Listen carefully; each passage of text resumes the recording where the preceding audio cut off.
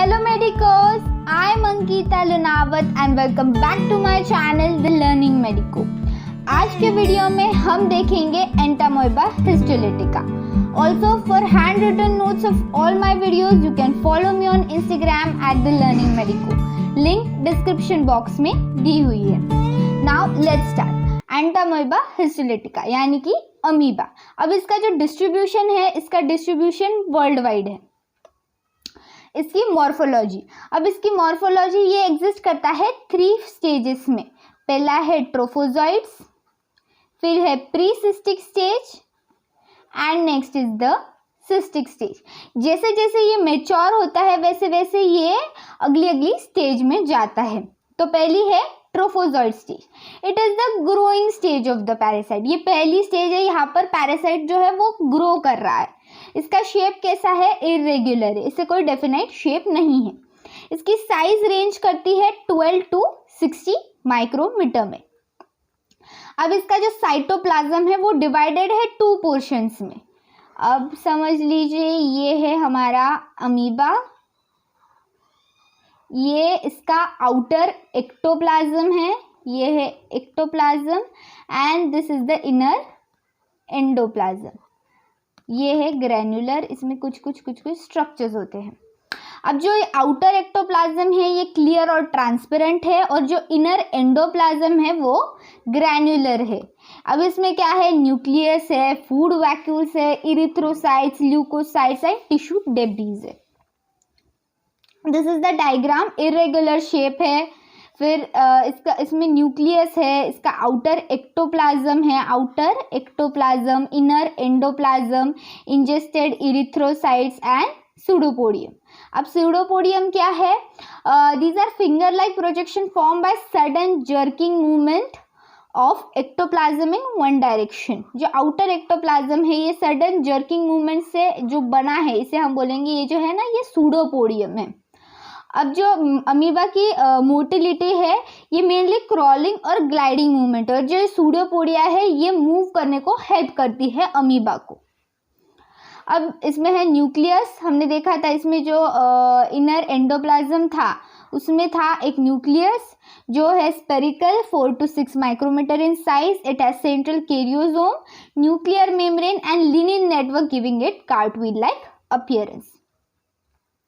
अब आते हैं हम प्रीसिस्टिक स्टेज पर. पहली स्टेज थी ट्रोफोजॉइड, अब है प्रीसिस्टिक स्टेज. अब प्रीसिस्टिक स्टेज में क्या है? इसे एक डेफिनेट शेप मिल गया है. इसकी साइज जो हो गई है 10 to 20 माइक्रोमीटर हो गई है और इसका जो ट्रोफोजॉइड्स है ये जो है राउंड और ओवल बन चुके हैं. और राउंड है, पहले था इरेगुलर शेप, पहले इरेगुलर शेप था, अब इसको एक डेफिनेट ओवल शेप आ गया है. और इसकी जो साइज है वो कम हो गई है, इसकी साइज जो है वो भी डिक्रीज हो गई है. और ट्रोफोजाइट को एक शेप आ गया है और ये एक एनसिस्टमेंट मतलब ये एक सिस्ट फॉर्म हो रहा है, इसके बाजू को सिस्ट फॉर्म. प्रीसिस्टिक मतलब सिस्ट, प्रीसिस्टिक मतलब सिस्ट फॉर्म होने से पहले की स्टेज है वो है प्रीसिस्टिक स्टेज. और हमने जियार्डी या लैमलिया में देखा था ट्रोफोजाइट और सिस्ट स्टेज, उसमें जो प्रीसिस्टिक स्टेज है ये एब्सेंट थी. अब है सिस्टिक स्टेज. पहली थी ट्रोफोजाइट, फिर प्रीसिस्ट और अब है सिस्टिक स्टेज. अब अमीबा और मैच्योर होते जा रहा है. अभी अर्ली स्टेज में क्या क्या होता है? एक सिंगल न्यूक्लियस होता है, सिंगल न्यूक्लियस, ये जो है single nucleus, glycogen mass and 1 to 4 chromatid bars. ये जो है ये है अर्ली सिस्ट. अर्ली सिस्ट में ये सब होता है. इसके बाद सिस्ट मैच्योर होता है और ये फॉर्म करता है ये जो ग्लाइकोजन मास है.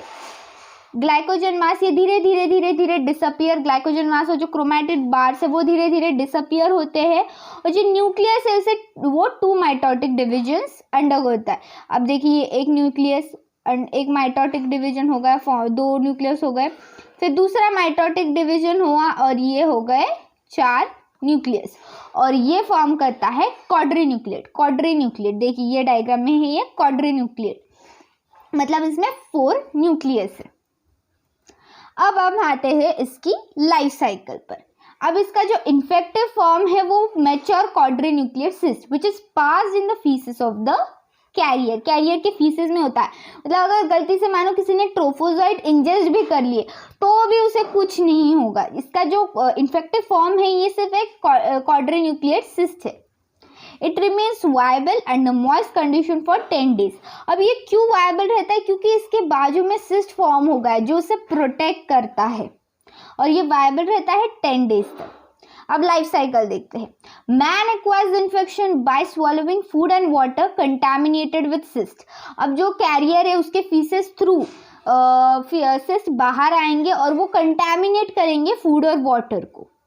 फिर इट रिमेन्स फिर उसे इंजेस्ट करेगा मैन जो हेल्दी है, फिर वो जाएंगे स्टमक में और फिर स्टमक में उसे कुछ नहीं होगा, फिर वो जाएंगे स्मॉल इंटेस्टाइन में।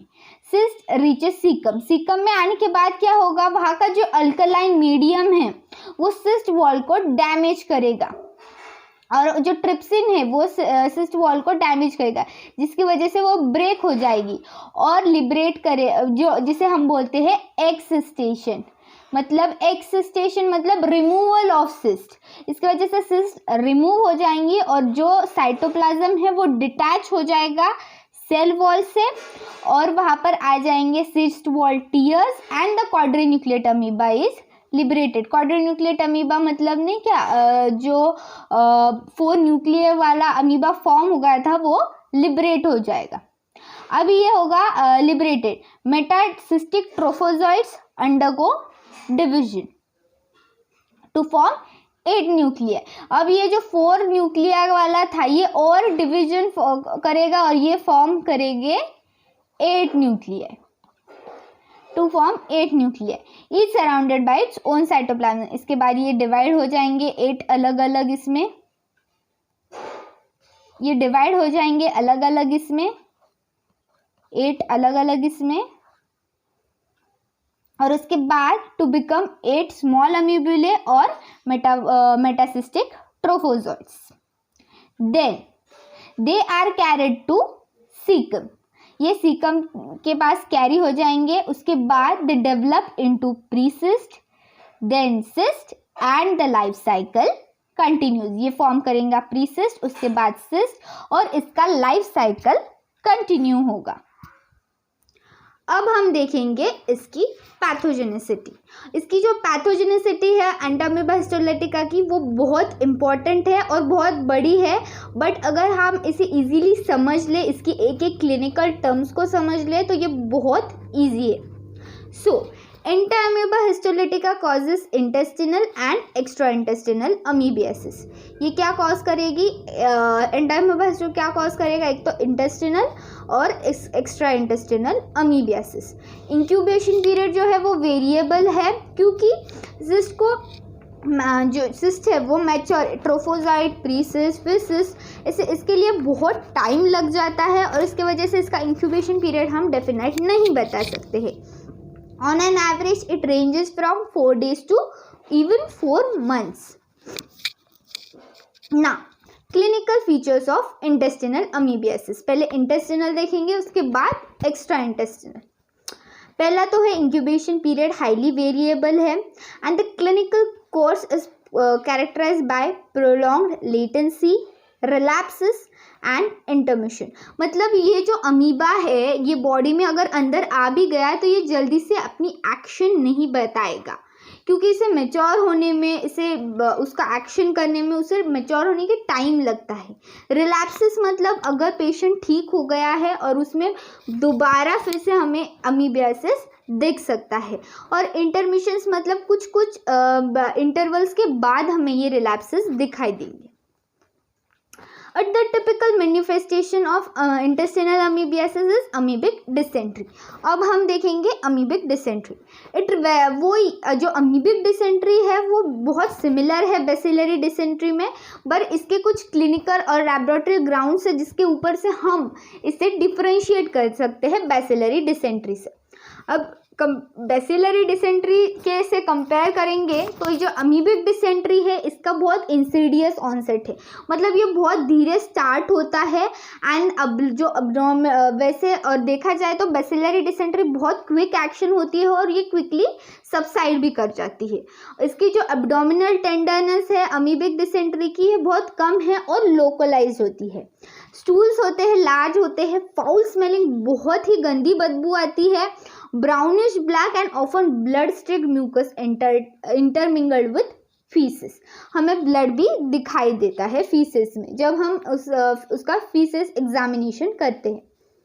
The red blood cells in the stools are clumped and reddish brown in color. Reddish brown in color है। Cellular exudate is scanty. Cellular exudate मतलब जो पस फॉर्म होता है वो बहुत कम होता है। जो इन्फ्लेमेशन के रूप में जो पस फॉर्म होता है वो बहुत कम होता है। Charcoal leading crystals are often present in Entamoeba histolytica trophozoites and can be seen containing ingested erythrocyte. Charcot Leyden crystals भी हमें दिखाई देते हैं। Patient is usually afebrile and non toxic. अब जो ये जो है यहाँ पर उससे पेशेंट को फीवर नहीं होगा। और नॉन टॉक्सिक मतलब जो बैसिलरी डिसेंट्री हमें उसमें टॉक्सिन्स दिखाई देंगे क्योंकि वो टॉक्सिन्स रिलीज करेंगे बैक्टीरिया। बट जो अमीबिक डिसेंट्री है वहाँ पर किसी भी प्रकार का कोई भी टॉक्सिन रिलीज नहीं होगा, इसलिए हम इसे अटॉक्सिक कहते हैं। अफेब्राइल मतलब वहाँ पर हमें किसी भी प्रकार की फीवर नहीं दिखाई देती। अब हम आएंगे extra intestinal amoebiasis. Intestinal amoebiasis में इम्पॉर्टेंट ये है कि वहाँ पर अमीबिक डिसेंट्री दिखाई देती है। एक्स्ट्रा इंटेस्टिनल अमीबियासिस में हेपेटिक अमीबियासिस बहुत ज़्यादा कॉमन है। हेपेटिक अमीबियासिस और patient develop an enlarge tender liver without detectable impairment of liver function और फीवर।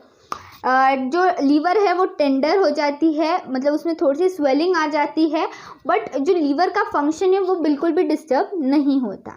इन acute hepatic involvement amoebic hepatitis, जिसे हम अमीबिक हेपेटाइटिस बोलते हैं, it is due to toxic substances from the colon reaching to the liver.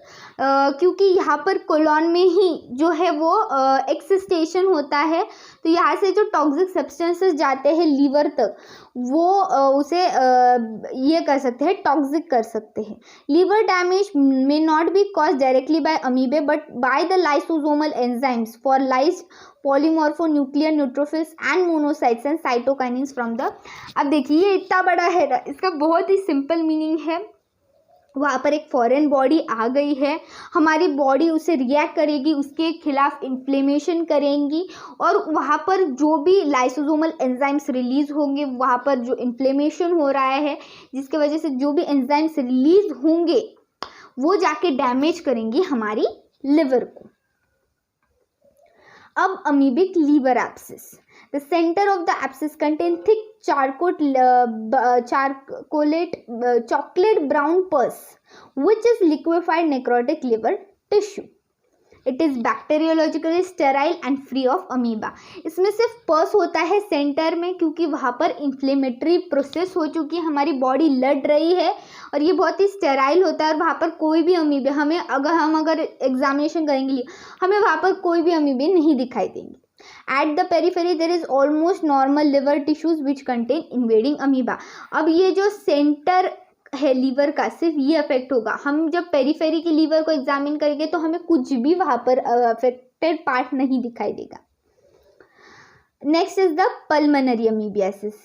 Very rarely pulmonary amoebiasis of the lung may occur by direct hematogenous spread from the colon. Hematogenous spread through हो सकता है pulmonary amoebiasis, but ये बहुत rare है। Expectoration of charcoal down sputum. Metastatic amoebiasis, involvement of distinct organs by hematogenous spread and through lymphatics. Metastatic मतलब जो lymphatics के through spread होता है। Abscess in kidney, brain, spleen and adrenals have been notice.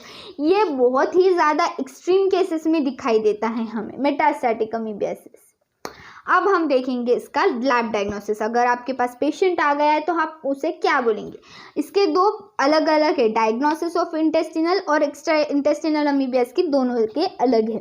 Intestinal amoebiasis में हमने देखा था amoebic dysentery, इसमें हम करेंगे स्टूल एग्जामिनेशन। मैक्रोस्कोपिक एग्जामिनेशन में हमें क्या दिखाई देगा, जो स्टूल है वो बहुत ही फाउल स्मेलिंग है, कोपियस है और सेमी लिक्विड है, ब्राउनिश ब्लैक इन कलर होगा और उसमें हमें ब्लड और म्यूकस दिखाई देगा माइक्रोस्कोपिक जब हम उसे एग्जामिन करेंगे। अब हम उसे माइक्रोस्कोप के नीचे एग्जामिन जब करेंगे तब हमें दिखेंगे जो आरबीसीज है वो क्लम्प्ड है और येलो और ब्राउन इन कलर है। चारकोल लेडिंग क्रिस्टल्स हमें हमेशा दिखाई ही देंगे। It is actively motile trophozoites can be demonstrated, faeces में दिखाई देंगे क्योंकि इसका स्प्रेड ही उसके थ्रू है। Cysts have a smooth cell wall and contain round refractile chromatid bars. Serological tests IHA, IFA and ELISA.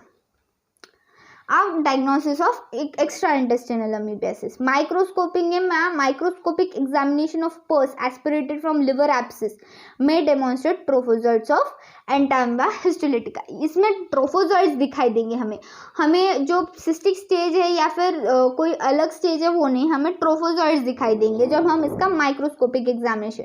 Cyst I am never seen in extra intestinal, कभी हमें cyst नहीं मिलेंगे। और ऐसे हम डिफरेंशिएट कर सकते हैं एक्स्ट्रा और intestinal amoebae, extra intestinal and intestinal amoebiasis. अब इसकी ट्रीटमेंट है, 2 ड्रग्स आपको कंपलसरी लिखने पड़ते हैं, क्लोरोक्विन एंड ह्यूमैटिन। आपको ये नेम्स लर्न ही करने पड़ेंगे। सो thank you so much for watching my video, hope you learn the topic very well. I know कि ये टॉपिक थोड़ा सा हार्ड है, बट अगर आप ये वीडियो 4 से 5 बार देख लेंगे तो आपको एकदम इजीली एक्सप्लेन समझ जाएगा। और आप ट्राई करिए कि आप अपने खुद के नोट्स निकालिए, इस वीडियो के थ्रू निकालिए बट अपने नोट्स निकालिए और उससे स्टडी कीजिए। जब आप लिखेंगे तब आपको ठीक से समझ में आएगा। So thank you so much and please do subscribe to my channel the learning medico. Thank you.